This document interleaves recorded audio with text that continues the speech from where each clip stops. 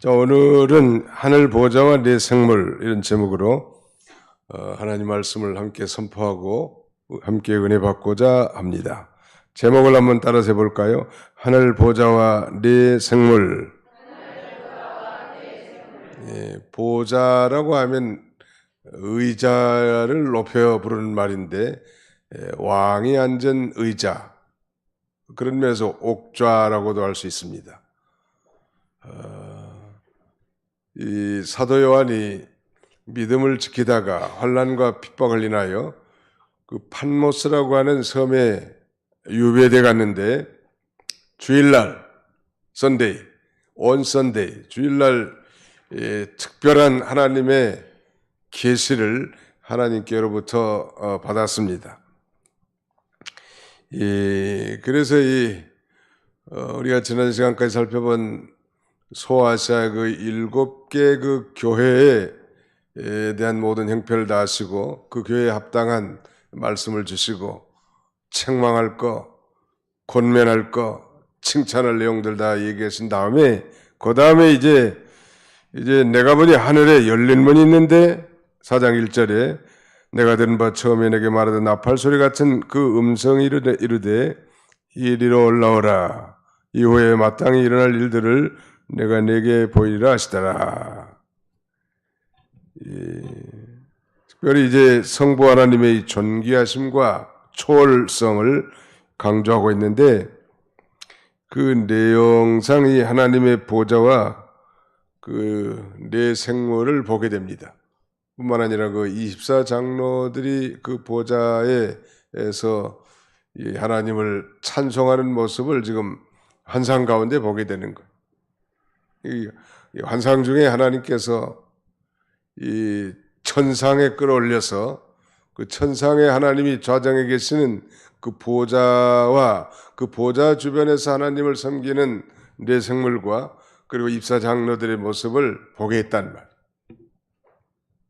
오늘날 이 예배당의 이 강대상도 좀 이렇게 좀 요새 강대상만큼 어울리지는 않지만, 옛날에 갈수록 상당히 그 권위적인 그런 강대상이 많아요.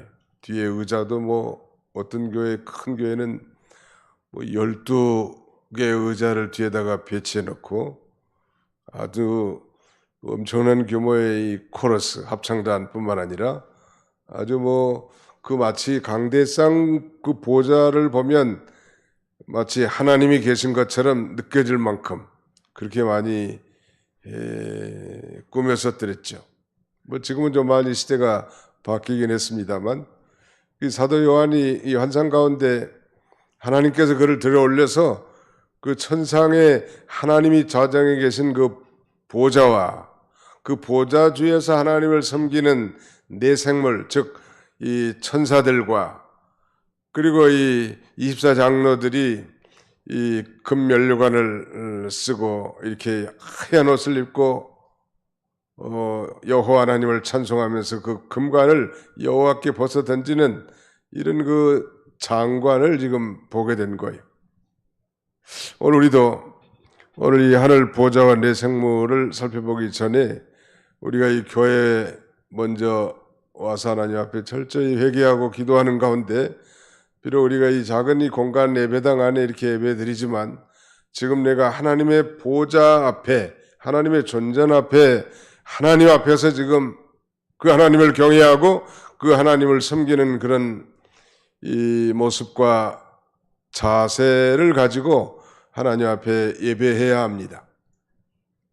사람에게 뭐 잘 보이는 게 중요한 거 아니라 하나님 아버지 앞에 나의 모든 사정을 다할 뿐만 아니라 내게 베풀으신 모든 그 은혜에 대한 찬송과 감사를 하나님 앞에 올리고 그 하나님을 만나고 그 하나님과 교통하며 그 하나님을 찬송하는 예배, 그런 예배가 하나님이 기뻐하시는 상달되는 그런 예배가 되지 않겠습니까? 언제나 그런 마음으로 예배를 드려야 합니다. 교회 와가지고 정신없이 분주하게 이리 갔다 저리 갔다 이 사람 만나고 저 사람 만나고 왔다 갔다 분주하게 왜 왔는지 뭐하러 왔는지 그럴 것도 분별 없이 이렇게 나간다면 그건 예배의 실패자라고 할 수 있습니다. 아무튼 하나님 앞에 나왔으면 하나님을 만나고 그 하나님 앞에 찬송하고 그 하나님 앞에 아뢰고 그 하나님의 음성을 듣고 그 하나님과 교통하는 그런 신자, 그런 예배가 되어야 할 것입니다. 그렇다고 뭐 우리가 이 사람들 간의 친교와 교제를 무시하는 얘기는 결코 아니란, 언제나 교회 나오면 하나님의 그 보이지 않지만 영광 중에 살아계신 전능하신 하나님의 보좌 앞에 내가 나왔다, 이런 심정으로 예배하는 그런 우리 모두가 다 되시기를 축원합니다. 요한계시록은 AD 96년경 혹은 95년경 이 사도 요한이 하나님 말씀을 지키고 예수 그리스도를 증거하다가 이 판모스, 즉 반모라고 하는 섬에 유배돼 가서 귀향살이하는 중에 성령에 감동돼서 지금 천상의 광경을 기록해냈다. 우리가 지금 지상에 있지만 사도 요한을 통한 그 천상의 광경을 좀 맛볼 수 있는 부분이 오늘 요한계시록 제4장이라고 할 수 있습니다. 오늘 본문은 특별히 장차 마땅히 될 일들을 보이시기 전에 장차 될 일, 요한계시록을 세 부분으로 나눌 수 있는데요. 자, 요한계시록 1장 19절, 요한계시록 1장 19절로 20절을 같이 한번 읽어봅시다. 요한계시록 1장 19절로 20절 시작. 그러므로 내가 본 것과 지금 있는 일과 장차 될 일을 기록하라. 내가 본 것은 내 오른손에 7 별의 비밀과 또 7 금촛대라. 7 별은 7 교회의 사자요 7 촛대는 7 교회니라. 요한계시록을 세 부분을 나누면 내가 본 것과 한 부분하고, 두 번째는 지금 있는 일과 두 번째, 그리고 세 번째는 장차될 일을 기록한 부분입니다. 장차될 일을 기록하기 전에 이 사도 요한을 저 천상으로 끌어올려 환상 가운데 그 영광스러운 하나님의 보좌를 바라보게 하는 거예요. 그러면서 그 보좌 앞에 천사들, 즉 생물들이 이 하나님을 어떻게 섬기는 모습도 다 보여주면서 오늘 우리 21세기 크리스찬들에게도 하나님의 교회에서 우리가 하나님을 어떻게 섬겨야 될지를 좀 배우게 해놨단 말이에요. 하나님께서 이 천상의 비밀을 인간에게 계시하기 위해서 그 하늘 보좌를 지금 공개하고 있단 말이에요. 그래서 1절부터 6절까지는 이 하늘 보좌의 광경에 대해서, 그 다음에 6절 하반절부터 9절까지는 네 생물의 찬양에 대해서, 이 생물이라는 건 living creature라고 되어 있는데 다른 말로는, 다른 성경에는 스랍들 혹은 그룹들, 천사들 다 같은 말이, 천사를 스랍이라고도 하고 그룹이라고도 하고 생물이라고도 이렇게 표현했기 때문에 여기 네 생물이라면 모든 천사들을 대표한 이 영적 존재, 천사라고 하는 건 우리 눈에 보이진 않지만 영적 실존입니다. 마귀도 마찬가지. 하나님은 영이시니 예배하는 자는 영과 진리로 예배할지니라 말씀하셨는데, 영적인 존재는 하나님이시고 첫째가, 그 다음에는 천사, 마귀가 다 영적 존재고, 우리 사람들이 영적인 존재이나 우리는 뭘 가지고 있다? 육신을 가지고 있는 것뿐이죠. 그러니까 천사를 봤다고 하는 사람, 하나님을 봤다고 하는 사람은 그것이 실제 모습이라고 말할 수는 없고 어떤 상상적인 거겠죠, 말하자면. 왜? 하나님은 영이시니까.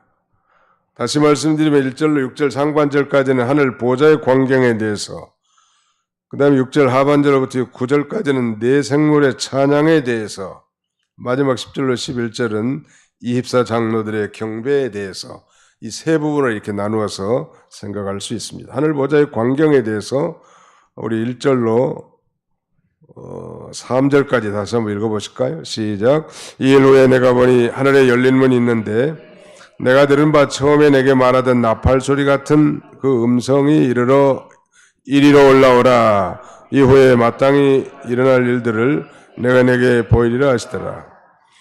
내가 곧 성령에 감동되었더니 보라, 하늘에 보좌를 베풀었고 그 보좌 위에 앉으신 이가 있는데 앉으신 이의 모양이 벽옥과 홍보석 같고 또 무지개가 있어 보좌에 둘렸는데 그 모양이 녹보석 같더라. 이 일 후에 하는 걸 시간상 전후라기보다는 새로운 이제 계시의 전환 때 사용되는 이 연결사인데 하늘의 보좌를 베풀었는데 이렇게 말씀합니다. 나팔 소리 같은 음성이 지금 사도 요한에게 들려서 이리로 올라오라 그렇게 말씀하는 거예요.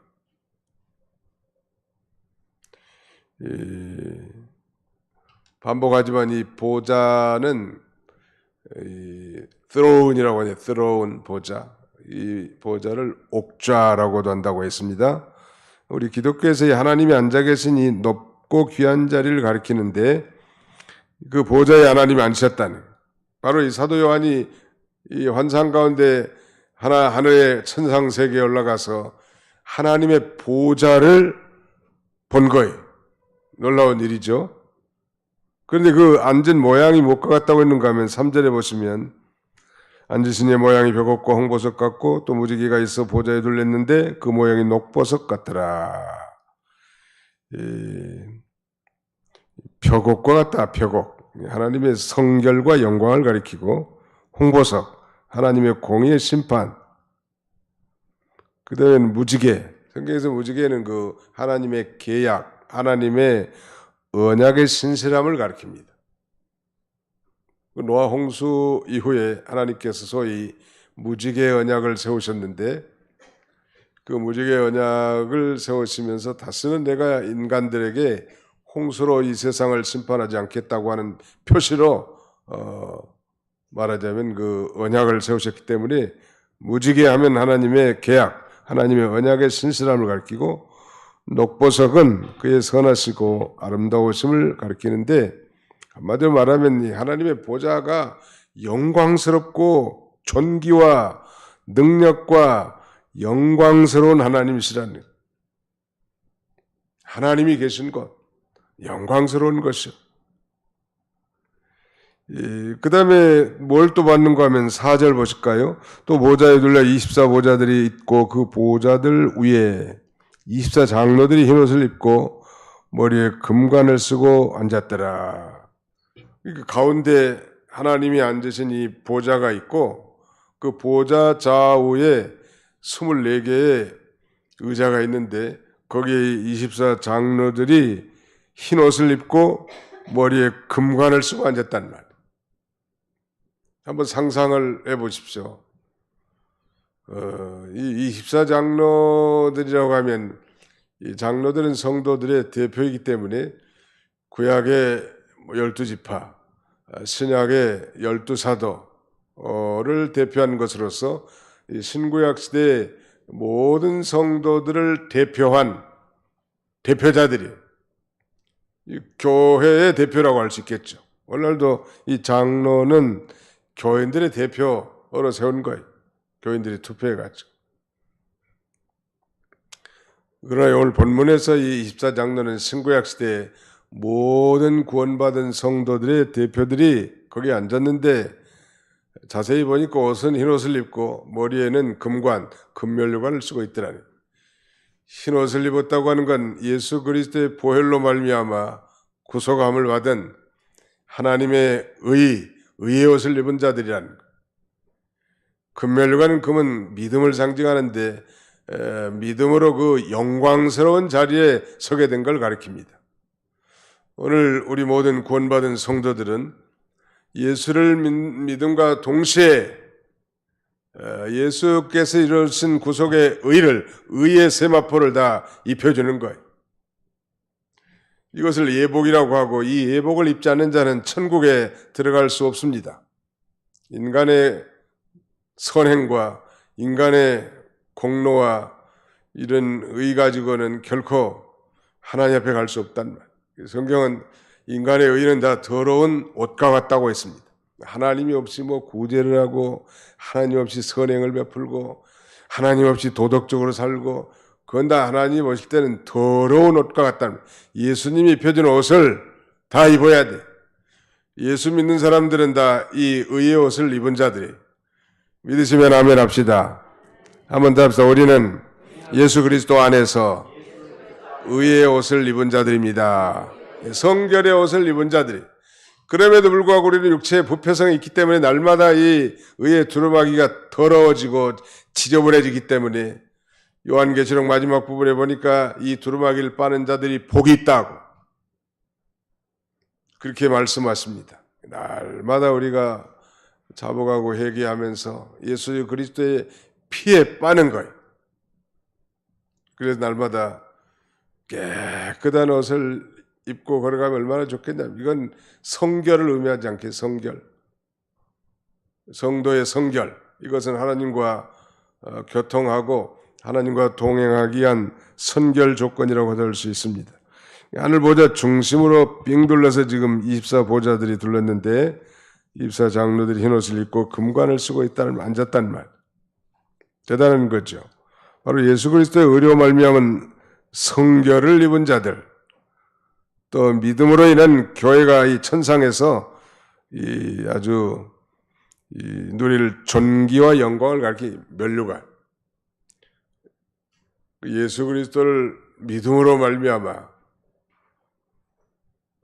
그 천상에서 누릴 그 영광과 존귀를 바로 이 금멸관으로 이렇게 표시한 것입니다.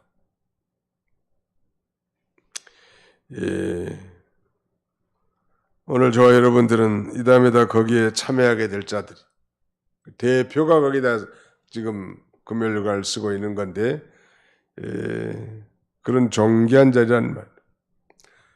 뿐만 아니라 더 나아가서는 우리가 이 시간 예배할 때도 우리가 말씀을 전하는 주의 사자의 음성에 귀를 기울이면서도 그 영광스러운 그 하늘 보좌를 믿음으로 바라보고 그 하나님 앞에 마음으로 감사하고 찬양하는 그런 마음으로 우리가 예배드린 것입니다. 우리가 하나님 앞에 나올 자격이 없지만 그 예수 그리스도의 피를 의지하여 당당하게 그 영광의 보좌 앞에 나갈 수 있는 거예요. 그래서 히브리 4장 16절 이하에 그런 말씀하셨죠. 그러므로 긍휼하심을 받고 때를 따라 돕는 은혜를 얻기 위하여 은혜의 보좌 앞에 담대히 나갈지니라. 그 은혜의 보좌 앞에 나가는 거야 우리가. 뭐 다 나오면 다 우리 같은 성도들이고 앞에 강대상 있고 그건 다 보이는 현상이고 실제 보이지 않는 그 하늘의 그 보좌를 바라보면서 예수 그리스도의 피에 의지하여 하나님 앞에 당당하게 나가서 그 하나님 앞에 회개하고 기도하고 찬송하고 영광을 돌리는 예배, 이런 예배를 우리 하나님께서 받으십니다. 5절 같이 한번 읽어보실까요? 시작. 보좌로부터 번개와 음성과 우레소리가 나고 보좌 앞에 켠 등불 7이 있으니 이는 하나님의 7 영이라. 보좌로부터 번개와 음성과 내성, 즉 우레소리가 났다고 했는데 출애굽기 19장에서 하나님께서 모세에게 그 십계명을 주시기 위해서 즉 시내산 언약을 맺을 때 그때도 이 번개와 음성과 내성이 났는데 이것은 바로 하나님의 임재 시에 나타나는 하나님의 위엄과 심판을 상징하는 것입니다.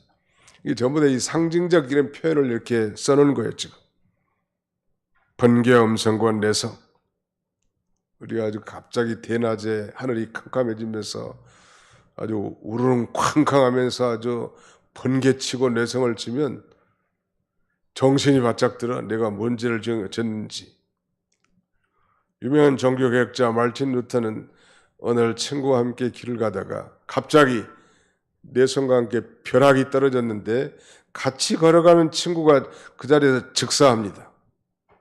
그때 이후로 그는 그의 소명을 견고하게 하고 이 믿음의 길을 힘있게 걸어가게 됩니다. 아무리 간덩어리가 크고 큰 소리 빵빵 치는 사람이라도 대낮에 하늘이 시커매지면서 번개치고 내성병약이 치면은 놀라지 않을 사람이 누가 있겠냐는. 한국도 뭐 자주 칩니다만 미국은 더 많이 치는 것 같아요. 벼락이. 못된 놈들이 더 많은지. 아무튼 섬찟섬찟하고 거기는 나무들이 얼마나 많아요. 거기 동부 쪽에. 그러니까 이 벼락치고 뭐 바람 불면 밖에 나가지 않는 것이 상식이야. 언제 나무 가지가 찢어지고 뭐 나무가 쓰러질지 뭐 알 수 없다는, 바람도 세고 번개도 막 무시무시하게 쳐가면 드무니까. 하나님의 임재의 표상으로서 하나님의 위엄과 그 다음에는 능력, 심판을 상징하는 것입니다. 또 보좌 앞에 켠 등불 7이 있다고 했습니다. 거기 5절 하반절에 그랬잖아요. 지금 하나님의 보좌를 생각하시면서 들으시기 바랍니다. 잘 이해가 안 되면 강대상의 보좌를 한번 생각하면서 그 보좌 앞에 켠 등불 7이 있으니 이는 하나님의 7영이라 그랬습니다. 7은 완전수인데 그 7영은 곧 완전한 성령을 가리킵니다. 하나님이 충만하신 영, 아주 불같은 성령을 가리키는데, 보좌 앞에 켠 7 등불, 이건 아주 환하게 밝혀나가기 위한 등불입니다. 성령님께서 하나님의 보좌 앞을 밝혀나가는 거예요. 성령의 역사로 어두운 나라를 밝혀나가는 거예요. 하나님 나라는 성령의 빛이 밝히 비치기 때문에 어둠이 없는 나라죠. 하나님의 나라는 먹는 것과 마시는 것이 아니요 오직 성령 안에서 의와 희락과 평강이니라. 하나님의 나라는 이 밝은 세상이에요. 그 다음에 6절 같이 한번 읽어볼까요? 6절 시작. 보좌 앞에 수정과 같은 유리바다가 있고 보좌 가운데와 보좌 주위에 4 생물이 있는데 앞뒤에 눈들이 가득하더라. 보좌 앞에는 수정과 같은 유리바다가 있다고 했습니다. 하늘 보좌를 지금 중심한 하나님 나라는 수정과 같이 맑고 투명한 동요가 없는 나라는 진동치 못할 나라, 하나님의 나라는 진리로 견고하게 세워진 교회는 아무리 세상에 이 세파가 세게 불고 이단이 침투를 해도 뭐 일시적 동요는 있을지 모르지만 견고하게 세워져 나가는, 진리로 세워지지 않은 건 다 헛개비들이에요. 다 바람 불고 환경에 따라서 요동할 수밖에 없다는. 하나님의 나라는 수정과 같이 투명한 나라란, 어둠이 전혀 없죠. 세상 나라는 검은 돈이 왔다 갔다 하고 그 다음에 진동하고 요동하는 나라라는 말. 흑암이 가득합니다.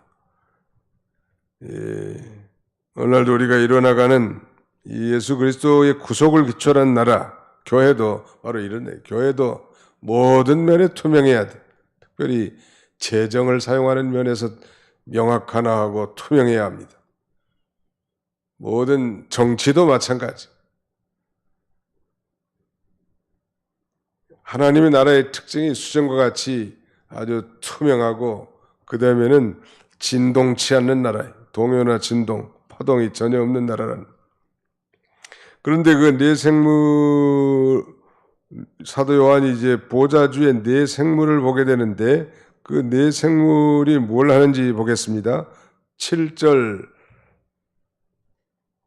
한번 같이 읽어볼까요? 시작. 그 첫째 생물은 사자 같고 그 둘째 생물은 송아지 같고 그 셋째 생물은 얼굴이 사람 같고 그 넷째 생물은 날아가는 독수리 같은데, 하나님의 보좌가 있고 그 보좌 좌우로 24 장로들이 흰옷을 입고 그 다음에는 금면류관을 쓰고 앉아 있었다고 했는데, 동시에 그 앞에 보좌 앞에 지금 이 보좌 가운데와 보좌 주위에 4 생물이 있었다.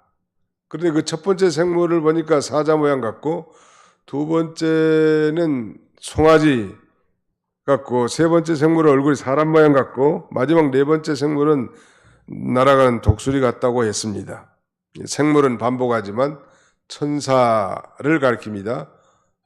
이사야 6장에 나오는 그 스랍, 에스겔에서 나오는 그룹 다 같은 말이에요. 이 4 생물은 아마 모든 천사들을 대표한다고 할 수 있겠습니다. 그런데 이 4 생물의 모습이, 첫째 생물은 사자 같다. 사자 하면 뭐가 떠오르시나요? 백수의 왕으로서 아주 이 강하고 그 능력 있는 걸 가리키죠. 짐승의 왕으로서 아주 불굴의 용맹스러움. 사자는 그걸 상징합니다. 사자는 뒤로 물러서지 않아요. 그 다음에 둘째 생물은 송아지 같다. 송아지는 보통 그 온유하고 짐승 가운데도 그 다음에는 희생과 봉사를 상징합니다.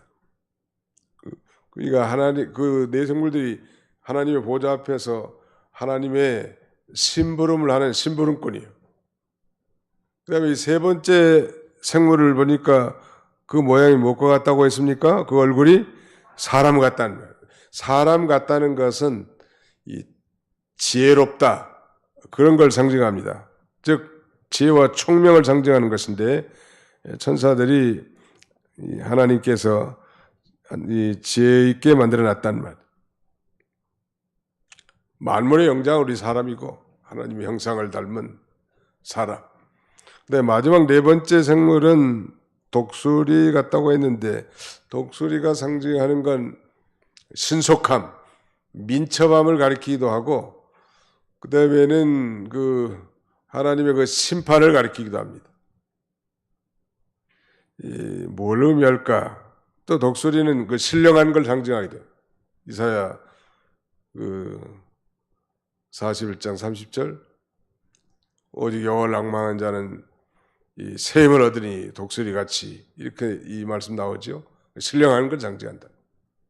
그러니까 하나님을 수종되는 그 천사들이 사자같이 아주 용맹스럽고 송아지같이 충성 봉사하고 사람과 같이 지혜롭고 독수리같이 신속하게 만들어져서 하나님의 일을 잘 감당하게 하셨다는 거예요. 동일하게 우리가 유추할 수 있는 교훈은 오늘날 우리가 보이지 않지만 하나님의 보좌 앞에서 우리가 봉사하고 충성하는 우리 모든 크리스찬들도 사자처럼 그렇게 용기백배하고 무슨 작은 일에도 실족하고 넘어지고 삐치고 섭섭해하지 말고 사자처럼 담대하란 말. 별일이 다 있어 신앙생활 하다 보면. 나는 교회 가서 그런 얘기 자주 합니다. 교회 생활이라는 건 다 가족이나 마찬가지이기 때문에 미운 정도 들고 고운 정도 드는 거예요. 그러면서 천당까지 가는 거지. 뭐 좋은 일만 있겠냐면 가족 안에. 우리 몇 명 안 되는 우리 가족 안에도 뭐 희로애락이 날마다 반복이 되는데 여러 사람들이 모인 공동체에 좋은 일만 있겠냐면 어려운 일도 있고 힘든 일도 있고 슬픈 일도 있고 기쁜 일도 있지만 그런 가운데 연단을 받아 나가야지. 자기 기분에 좀 안 맞으면 뭐 낙심하고 좌절해서는 안 돼. 사자처럼 용기 백배해서 아주 담대하란 말. 그래야 하나님의 심부름을 잘할 수 있어요. 그 다음에는 소처럼 온유하고 희생 봉사의 정신이 강해야 돼. 이 강팍한 것 가지고는 하나님의 일을 할 수 없어요. 또 하나님의 일을 한다고 해도 그르치기 쉬워요. 모세가 대표적인 인물인데 모세는 성격이 참 한성깔한 것 같아요. 나이 40에 1차적 소명을 받아가지고 자기 백성들이 그 애굽에 건축 짓는 현장에 가보니까 유대 민족이 히브리 민족이 이 이집트 사람들에게 핍박을 받고 있다는 말. 조용히 좀 잘 설득해서 싸움을 말렸으면 좋을 건데 그냥 돌을 들어가지고 그 애굽 사람 이마 머리를 까버린 거예요. 죽여가지고 모래 속에 감춰놓고 탈로가 나가지고 결국 미디안 광야로 도망간 거 아니. 아니 목회한다고 하면서 사람 죽인 거예요 말하자면. 어느 목사님이 나보고 그러더라고. 교회 무슨 건축이라는데 사사건건 집사가 반대한다니 대제가. 그래서 그 집사님을 지하실로 데리고 가지고 엄청나게 두들겨 패버렸대 아주. 그 목사님 거기에서 쫓겨났겠어요? 안 쫓겨났겠어요? 당장 쫓겨났지.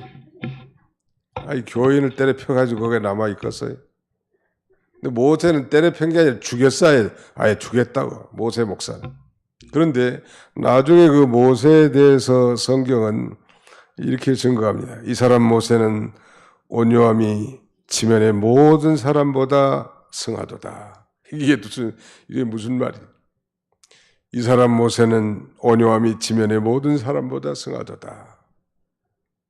온유함, 미크니스라고 하는데 40년 처가살이 하면서 얼마나 연단을 받은 거야. 내가 잘 모르긴 하지만 모세 부인이 누구요? 성이 십인데 십보라예요.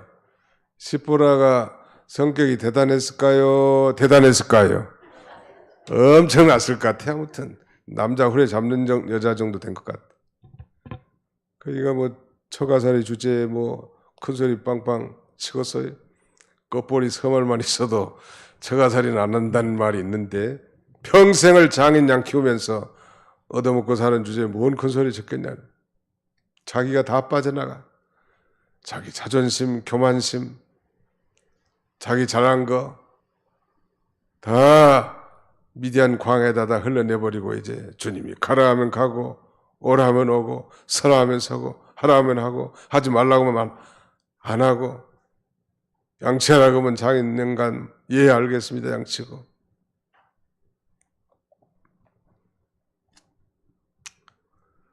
온유한 사람이 된 거예요. 그때 나이 80이야.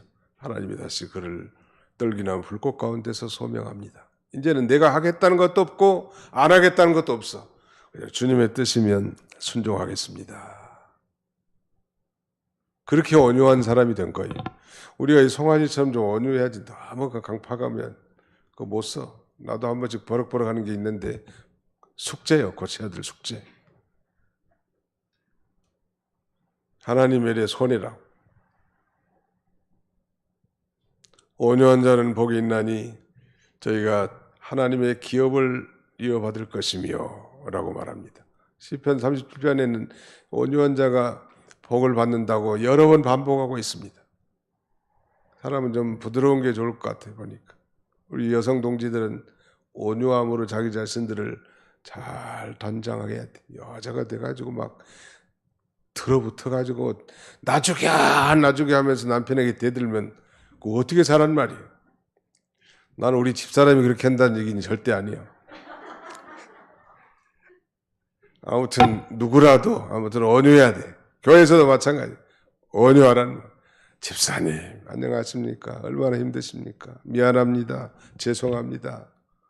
제가 좀 실수를 했네요. 그래야 이게 잘 넘어가지. 이거 칼 안 든 강도같이 눈 부리부리하면서 대들면 어떻게 하자는 거예요. 하나님의 보좌 앞에서 하나님의 일에 수종되는 자는 사자처럼 용맹스러움이 있을 뿐만 아니라 송아지처럼 온유하고 충성봉사하는 자들이 귀하게 쓰임받더라는 거. 그걸 우리가 배울 수 있고요. 세 번째는 사람과 같이 지혜로워야 돼.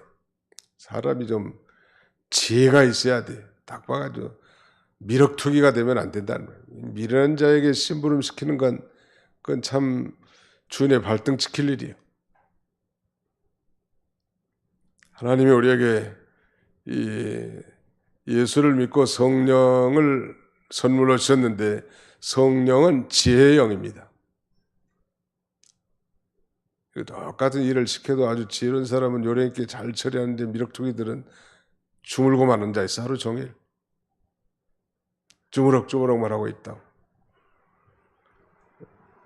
지혜와 총명을 상징한다고 했는데 이 사람은 하나님께서 천사들을 부려먹는 이 천사들도 그렇게 지혜롭겠는데 만물의 영장 우리 사람들이 이 하나님의 이 믿는 일도 아주 지혜로워요. 전도 하나 하는데도 얼마나 명철하고 지혜가 필요합니다. 한 사람을 죽게 인도하는데도 지혜가 얼마나 필요하냐는 말.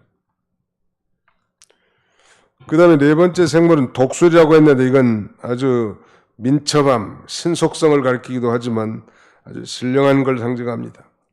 천사들이 하나님께 쓰임을 받을 만하게 이렇게 지어놓으셨는데 하나님의 심부름꾼들인 우리도 이렇게 능력과 그 다음에는 온유 희생, 그 다음에는 지혜 그리고 이 영적인 신령한 성도들이 되어서 하나님의 몸된 교회를 잘 섬기는 저와 여러분들이 되시기를 주님의 이름으로 축원합니다. 8절 같이 한번 읽어보실까요? 8절 시작. 네 생물은 각각 6날개를 가졌고 그 안과 주위에는 눈들이 가득하더라.